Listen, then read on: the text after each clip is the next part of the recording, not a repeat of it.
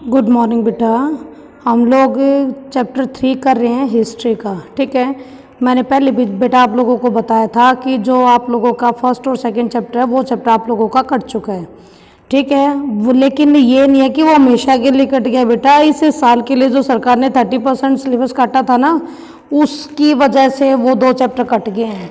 ठीक है, तो हम लोग आगे करते हैं शुरुआत चैप्टर की, जो कि हम लोगों का है तीनों महाद्वीपों में फैला हुआ साम्राज्य।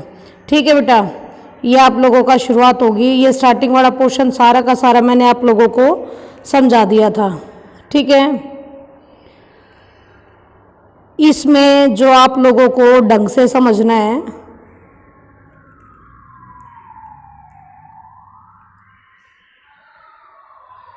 यहाँ से शुरू होगा बेटा ये चैप्टर। तो पहले यानी तीसरा पोर्शन शुरू हुआ था वो वाला पोर्शन है ये जो आप लोगों को दिखा रही हूँ मैं सामने, 3 महाद्वीपों में फैला हुआ साम्राज्य है। ये वाला पोर्शन आप लोगों का सिंपल जानकारी देने के लिए था, जो कि मैंने आप लोगों को इससे पहले वाली वीडियो में प्रोवाइड करा दिया था। ठीक है, आप लोगों को चैप्टर यहाँ से पढ़ना है। ठीक है, चैप्टर आप लोगों को यहाँ से पढ़ना है बेटा। इसमें पढ़ने में जो पहले मैं थोड़ा सा पीछे वाला याद दिला देती हूँ तुम लोगों को, कि हम लोगों ने पढ़ा था कि जो आप लोगों का रोम साम्राज्य, यानी इस पूरे चैप्टर में हम लोग रोम साम्राज्य के बारे में पढ़ेंगे। ध्यान देना बेटा, रोम साम्राज्य यानी कि जो आप लोगों का 11th की जो हिस्ट्री है, उस 11th की हिस्ट्री में टोटल आप लोगों को केवल विभिन्न देशों की हिस्ट्री की जानकारी लेनी है। ठीक है, 12th में आप टोटली अपना पढ़ोगे, लेकिन 11th में बेटा आप लोगों को दूसरे देशों के साम्राज्यों की जानकारी लेनी है। और ये जानकारी इस वजह से भी लेनी है ताकि हम लोग आगे वाले पोर्शन में इसको इस्तेमाल कर सके। अब 12th के बाद जो आप लोग इधर उधर दुनिया भर के एग्जाम्स की तैयारी करते हो, तो उसमें ये सारी की सारी चीज़ें इस्तेमाल होती हैं। ठीक है बेटा, तो यहाँ पर आप लोगों का आता है, एक तो तुम्हारा रोम साम्राज्य था।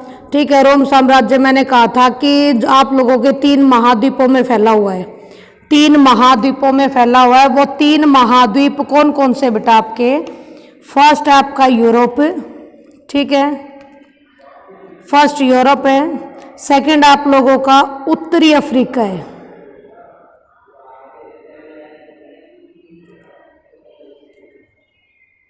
ठीक है, और तीसरा आपका पश्चिमी एशिया है। ठीक है, इन 3 महाद्वीपों में एक साम्राज्य फैला हुआ है जिसको कहते हैं हम लोग रोम साम्राज्य। ठीक है, जिसको हम कहते हैं रोम साम्राज्य।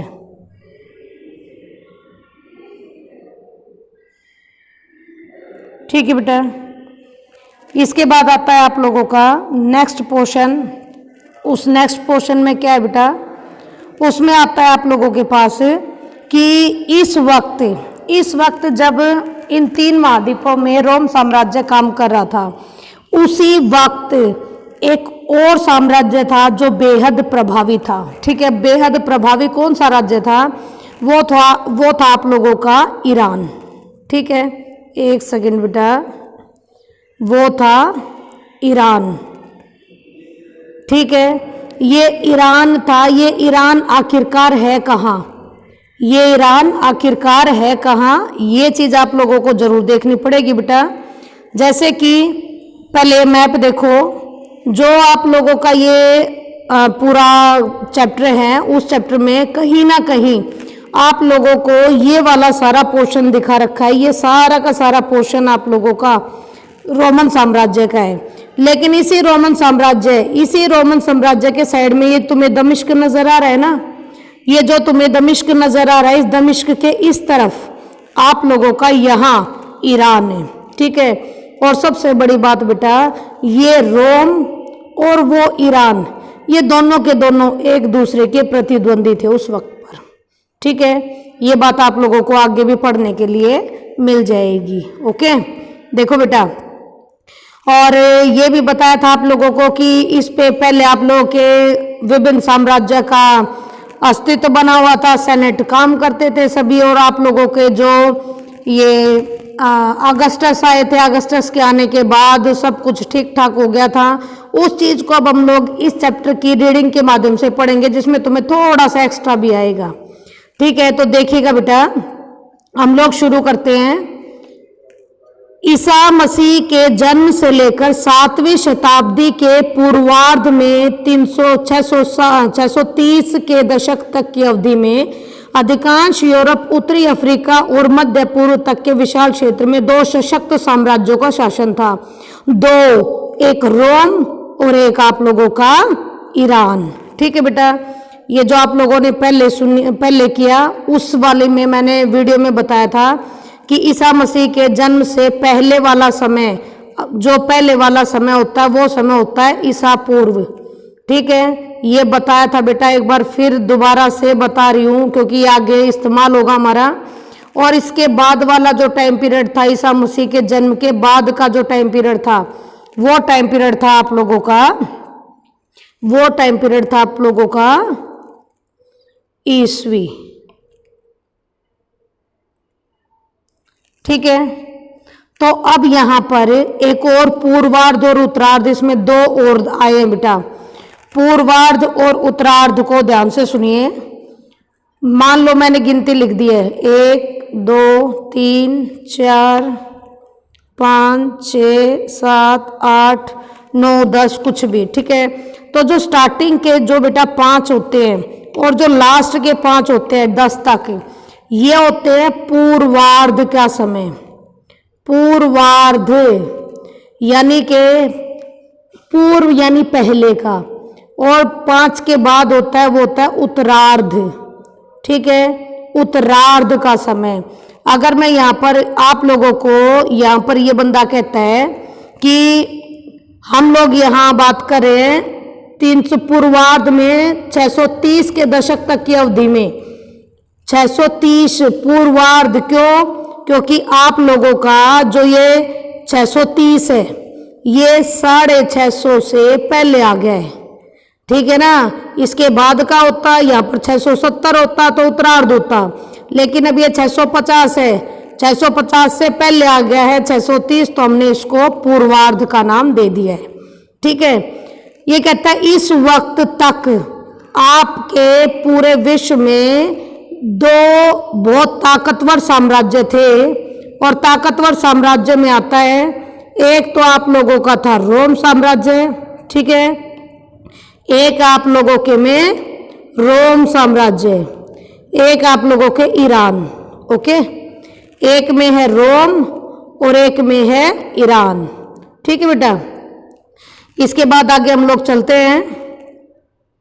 इसमें आएगा बेटा आपका कि जो ये दोनों ही इलाके के लोग थे, रोम तथा ईरान के लोग, ये आपस में प्रतिद्वंदी थे, यानी एक दूसरे के खिलाफ थे, एक दूसरे से होड़ करते थे, एक दूसरे से बेहद करते थे, और अपने इतिहास के ज्यादातर काल में वे आपस में लड़ते ही रहे, यानी रोम ईरान से, ईरान रोम से लगातार।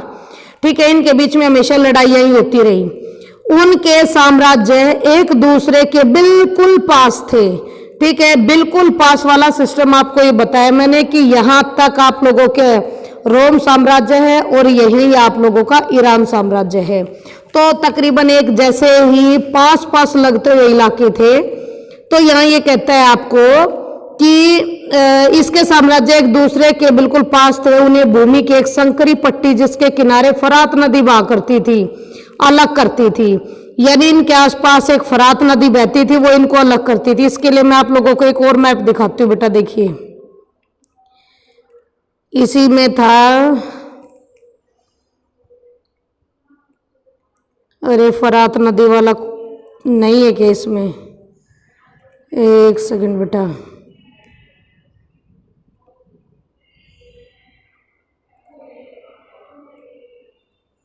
शायद वो मैं बेटा इसमें है ही नहीं। वैसे अगर मैं तुम लोगों के साथ बात करूं तो जो आप लोगों का ये दमिश्क वाला हिस्सा है, जो ये आप लोगों का दमिश्क वाला ये वाला हिस्सा है, ठीक है, इसी के पास से कुछ इस तरीके से बहती हुई नदी आती है, फरात नदी। उस फरात नदी के इस तरफ आपका ईरान है और इस तरफ आपका रोम है। ठीक है, तो यहाँ ये कहता है कि इस अध्याय में हम रोम के साम्राज्य के बारे में पढ़ेंगे, मगर कहीं कहीं प्रसंगवश रोम के प्रतिद्वंदी ईरान का भी उल्लेख करते रहेंगे। यानी यहाँ पर हम मेनली तो रोम साम्राज्य के बारे में पढ़ेंगे बेटा, लेकिन कहीं कहीं ईरान का जिक्र भी आता रहेगा। ठीक है, यदि आप नीचे दिए गए मानचित्र पर नजर डालें तो देखेंगे यूरोप और अफ्रीका के महाद्वीप एक समुद्र द्वारा एक दूसरे से अलग है, जो पश्चिम में स्पेन से लेकर पूर्व में सीरिया तक फैला है। इस समुद्र को भूमध्य सागर कहते हैं। ठीक है, देखिएगा बेटा, ये आप लोगों का मैप है। ठीक है, इस मैप में आप लोगों को ये भूमध्य सागर नजर आता होगा, ये पूरा का पूरा भूमध्य सागर है। ठीक है, इस वाले पोर्शन में ये भूमध्य सागर के यहाँ उत्तरी अफ्रीका है, ये आपका यूरोप है, ये आप लोगों का पश्चिम एशिया है, यानी बीच में सिर्फ भूमध्य सागर पड़ता है। ठीक है, और यहाँ पर सबसे ज्यादा जो भूमध्य सागर के पास वाले इलाके हैं, ये बहुत आप लोगों के डेवलप इलाके हैं। ये डेवलप क्यों इलाके हैं? क्योंकि यहाँ इन्हीं को शहर बनाया गया था और इन्हीं में व्यापार के सारे कार्य किए जाते थे। ठीक है, तो यहाँ पर ये आगे कहता है कि यदि आप नीचे दिए गए मानचित्र पर नजर डालें तो देखेंगे कि इनके बीच में एक भूमध्य सागर है। तीसरी लाइन पे आ जाओ। और यह उन दिनों रोम साम्राज्य का हृदय था, यानी कि रोम साम्राज्य का हृदय यानी हार्ट। ठीक है बेटा, यानी देखने में लगता है कि पूरा जो आप लोगों का रोमन साम्राज्य है, ये जो पूरा रोमन साम्राज्य है, इसके हार्ट में यहाँ पर आप लोगों का भूमध्य सागर बसता है। ठीक है, इसके बाद ये कहता है कि रोम का भूमध्य सागर और उत्तर तथा दक्षिण दोनों दिशाओं में सागर के आसपास स्थित सभी प्रदेशों पर प्रभुत्व था। ठीक है, यानी कि यहाँ ये आपकी बात करता है कि भूमध्य सागर के उत्तर की तरफ कहो, क्या हो गया वे पेंसिल आ जाए, भूमध्य सागर के ऊपर की तरफ कहो या भूमध्य सागर के नीचे की तरफ करो या भूमध्य सागर के इस तरफ की बात कहो।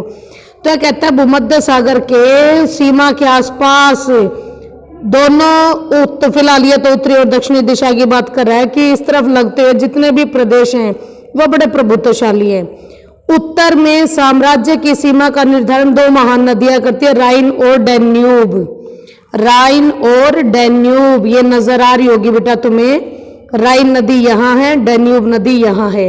यानी ये जो दो नदियां हैं, ये उत्तर के साम्राज्य का सीमा निर्धारण करती हैं। यानी कि आप लोगों का ये इलाका, यानी काले सागर से इधर वाला इलाका सारा रोम का है, इधर वाला इलाका अलग है, लेकिन रोमन साम्राज्य इधर डैन्यूब नदी तक जहाँ पर इलाका पहुँचता है, ये राइन नदी जहाँ तक पहुँचते है सिर्फ वहीं तक का इलाका कवर करता है। यानी ये दो नदियाँ उत्तर में साम्राज्य की सीमा को निर्धारित करती हैं और दक्षिणी सीमा सहारा नामक अति विस्तृत रेगिस्तान से भी बनती थी। ठीक है, यानी कि यहाँ दक्षिण में ये आप लोगों को सारा का सारा नजर आ रहा होगा बेटा, सहारा मरुस्थल। ठीक है, पता होगा आप लोगों को कि अगर ये थोड़ा सा इंडिया वाला शेप बन गया भाई, यानी कुछ इस तरीके से आप लोगों का जो अफ्रीका है, अफ्रीका का पूरा ये हिस्सा सहारा मरुस्थल का है। और पता भी होगा बेटा कि विश्व में सबसे बड़ा रेगिस्तान सहारा मरुस्थल ही है। ठीक है, जो कि अफ्रीका में है। ओके, अब ये कहता है इस प्रकार इस अत्यंत विस्तृत क्षेत्र में रोम साम्राज्य फैला हुआ था और दूसरी ओर कैस्पियन सागर से दक्षिण के पूर्वी अरब तक का समूचा इलाका और कभी कभी अफगानिस्तान के कुछ हिस्से भी ईरान के नियंत्रण में आ जाते थे। ये वाला पोर्शन तुम्हें इसमें दिखा नहीं रखा, नहीं तो साथ साथ दिखा देती। यानी ईरान की बात कर रहा है कि ईरान अपने पूर्व की तरफ बढ़ता बढ़ता वो अफगानिस्तान के इलाकों तक भी पहुंच जाया करता और ये कहता कि मेरा हिस्सा है। ठीक है, इन दो महान शक्तियों ने इस महान शक्तियों ने दुनिया के उस अधिकांश भाग को आपस में बांट रखा था जिसे चीनी लोग ता चिन्ह यानी बृहत्तर चीन या मोटे तौर पर पश्चिम कहा जाता था। यानी ता चिन्ह चीन के व्यक्ति कहते हैं, बृहत्तर चीन यानी बाहरी बड़े वाला चीन है या फिर पश्चिम, और भाई हम पश्चिम इसको आज तक कहते भी हैं। ठीक है, अब आपके पास आता है साम्राज्य का आरंभिक काल, यानी शुरुआत कहाँ से हुई, कैसे हुई थी इसकी। ठीक, अब आएंगी वो सारी चीजें जो आप लोगों को मैंने वीडियो में बता रखी है। आपने इससे पहले चैप्टर में पढ़ा कि ईरान व रोम दो साम्राज्य थे। आप लोगों के रोम साम्राज्य भूमध्य सागर के चारों तरफ के इलाकों में बसा हुआ था। भूमध्य सागर के पास वाले जो शहर थे ये बेहद डेवलप थे। ईरान इसके प्रतिद्वंदी था। समय समय पर ईरान के साथ रोम साम्राज्य की लड़ाइयाँ चलती रहती थी। ठीक है, तो ये सब आप लोगों ने पढ़ लिया है। ठीक है, और इसके अलावा एक और चीज पढ़ी बेटा कि रोम साम्राज्य और ईरान साम्राज्य, इन दोनों के बीच में फरात नदी बहती थी जो डिवाइडर का काम करती थी। ओके, अब नेक्स्ट है साम्राज्य का प्रारंभिक काल, यानी जब शुरुआती सिस्टम में क्या हुआ था। यहाँ ये कहता है रोमन साम्राज्य को मोटे तौर पर दो चरणों में बांटा गया है, जिन्हें पूर्ववर्ती और परवर्ती कहा गया है। ठीक है, पूर्ववर्ती और परवर्ती, ये जो दो वर्ड है, पूर्व माने पहले, परवर्ती यानी के बाद में। यानी कि अगर मैं कहूं कि इसका कार्यकाल तकरीबन शुरू से लेकर तीसरी शताब्दी तक आया, उसको हम कहते हैं पूर्ववर्ती यानी पहले का काल। लेकिन 3 के बाद से लेकर 7 तक जो टाइम पीरियड रोम साम्राज्य ने बिताया वो था परवर्ती काल यानी बाद वाला काल। क्यों? क्योंकि शुरुआत से लेकर ये तीसरी शताब्दी तक रोमन साम्राज्य ने बेहद, वो कहते हैं ना कि खूब तरक्की की, प्रसिद्धि पाई। लेकिन तीसरे से लेकर 7वें तक यानी बीच में एक बार डवाडोल हुआ है इसका, लेकिन दोबारा फिर से ये अच्छे हालातों में पहुंच गया था। लेकिन इसका पूरी तरीके से वो कहते हैं ना कि पतन 7वीं शताब्दी से पहले हम लोग नहीं पढ़ सकते हैं, तो हम इसको 2 कालों में बांट के पढ़ते हैं इस पूरे साम्राज्य को। इसमें आता आगे इन दोनों ही चरणों के बीच तीसरी शताब्दी का समय आता है। ठीक है, यानी शुरू से लेकर, एक सेकंड बेटा, यानी कि शुरू से लेकर तीसरी शताब्दी, तीसरी के बाद आप लोगों की 7वीं शताब्दी, यानी जो तीसरी शताब्दी है ये दोनों ही पूर्ववर्ती और परवर्ती दोनों ही कालों के बीच मध्यस्थता निभाती है तीसरी शताब्दी।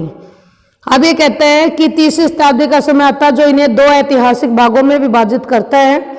दूसरे शब्दों में कहें तो तीसरी शताब्दी के मुख्य भाग तक की संपूर्ण अवधि को पूर्ववर्ती यानी पहले का और बाद के अवधि को परवर्ती साम्राज्य का काल कहा जाता है।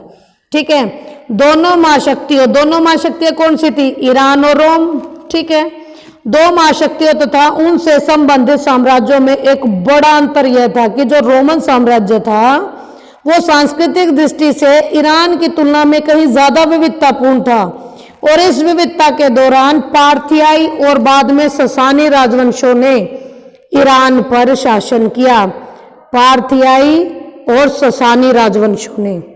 ठीक है, यानी कि रोम जो था तुम्हारा उसमें विविधता ना के बराबर थी, बहुत कम थी। लेकिन इसके अगेंस्ट जो आप लोगों का ईरान साम्राज्य था उसमें बहुत सारी विविधताएं थी।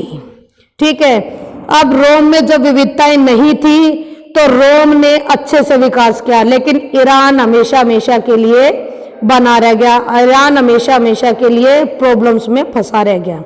ठीक है, इसके बाद आता है बेटा आप लोगों का कि जो ईरान था तुम्हारा, इस ईरान पर पहले पार्थियाई ने और बाद में ससानी राजवंशों ने ईरान पर शासन किया। जिन लोगों पर शासन हुआ उनमें अधिकतर ईरानी थे, यानी ईरान के इलाके पर क्या था बेटा? ईरानी ही मिलेंगे। ठीक है, इसके विपरीत रोमन साम्राज्य ऐसे क्षेत्र तथा संस्कृतियों का एक बड़ा मिला जुला बहुत बड़ा रूप था जो कि मुख्यतः सरकार की एक साझी प्रणाली द्वारा एक दूसरे के साथ जुड़े हुए थे। ठीक है, साम्राज्य में अनेक भाषाएं बोली जाती थी, लेकिन प्रशासन का प्रयोजन हेतु लातिनी और यूनानी भाषाओं का ही प्रयोग होता था। आप ध्यान देना बेटा, यहाँ पर आप लोगों का एक क्वेश्चन बन के आता है कि रोम साम्राज्य की जो प्रशासनिक लैंग्वेज है वो कौन सी है? तो यहाँ पर लातिनी और यूनानी, ये 2 लैंग्वेजेस आपको याद करनी होंगी। ठीक है, पूर्वी भाग के उच्चतर वर्ग यूनानी भाषा और पश्चिम भाग के लोग लातिनी भाषा बोलते और लिखते थे। इतना लंबा चौड़ा याद ना हो तो भी छोड़ देना, यानी 2 लैंग्वेजेस इस्तेमाल की जाती थी, वही काफी है। और इन दोनों भाषाओं के बीच की सीमा रेखा भूमध्य सागर को चीरती हुई उस पार अफ्रीकी प्रांत त्रिपोलितानिया, ठीक, जो कि लातिनी भाषा का शब्द है, और सायरेनाइका, ये यूनानी भाषा का शब्द है, इनके बीच से की जाती थी। ठीक है बेटा। और जो लोग साम्राज्य में रहते थे वे सभी एकमात्र शासक यानी के सम्राट की ही प्रजा कहलाते थे, चाहे वो कोई सी भी लैंग्वेज बोलते हो, चाहे वो कहीं पे भी रहते हो। अगर उसी साम्राज्य में रहते थे तो उनका हेड आप लोगों का सम्राट ही कहलाता था। ठीक है, और वो सारे के सारे सम्राट की प्रजा कहलाते थे। अब आते हैं हमारे अगस्टस जी। अब हमारे पहुंचते हैं तुम्हारे अगस्टस जी, जिसकी जिक्र हम लोगों ने अपने वीडियो में किया हुआ है। हमारे वीडियो में अगस्टस के बारे में बात हुई है कि प्रथम सम्राट अगस्टस ने 27 ईसा पूर्व में जो राज्य स्थापित किया उसे प्रिंसिपेट कहा जाता है। ठीक है, यानी जो साम्राज्य स्थापित किया उसे प्रिंसिपेट कहते हैं। यानी कि हम लोग नॉर्मल शब्द इस्तेमाल करते हैं साम्राज्य। ठीक है, हम लोग नॉर्मल शब्द इस्तेमाल करते हैं साम्राज्य, लेकिन जब अगस्टस ने अपना अधिकार जमाया रोम साम्राज्य पर, तो उसने रोम साम्राज्य शब्द का इस्तेमाल नहीं किया, बल्कि साम्राज्य की जगह प्रिंसिपेट शब्द का इस्तेमाल किया। ठीक है, और सबसे बड़ी बात, उसने सम्राट की जगह ली थी। ठीक है, लेकिन उसने सम्राट शब्द का इस्तेमाल नहीं किया, उसकी जगह नागरिक शब्द का इस्तेमाल किया, ताकि वो सभी के साथ इक्वली काम करवा सके। ठीक है, सभी लोगों के साथ अच्छे रिलेशन बना के काम करवा सके। अब ये कहता है कि उसने 27 ईसा पूर्व में जो राज्य स्थापित किया था उसे प्रिंसिपेट कहा जाता था। यद्यपि अगस्टस एक क्षत्रिय शासक और सत्ता का वास्तविक स्रोत था, फिर भी इस कल्पना को जीवित रखा गया कि वो केवल प्रमुख नागरिक था, यानी सम्राट प्रिंसिप्य था। जो सम्राट था वो प्रिंसिप्य था और उसका जो साम्राज्य था वो प्रिंसिपेट था। ठीक है, मेरे हिसाब से समझ में आ गया बेटा प्रिंसिपेट और प्रिंसिप्य क्या होता है। इसके बाद आता है निरंकुश शासक, बिल्कुल भी नहीं था। निरंकुश शासक वो होते बेटा जो कानूनों के हिसाब से काम नहीं करते, अपनी मनमर्जी से काम करते। ये ऐसा नहीं था, ये बड़ा कानूनी तौर पर अच्छे से काम करने वाला बंदा था। ठीक है, इसके बाद आता है कि वह निरंकुश शासक नहीं था, ऐसा सेनेट को सम्मान प्रदान करने के लिए किया गया था। यानी जिस सेनेट को ये लेकर राजकाज करने वाला था, उस सेनेट को सम्मान देने के लिए इसने इसका इस्तेमाल किया था।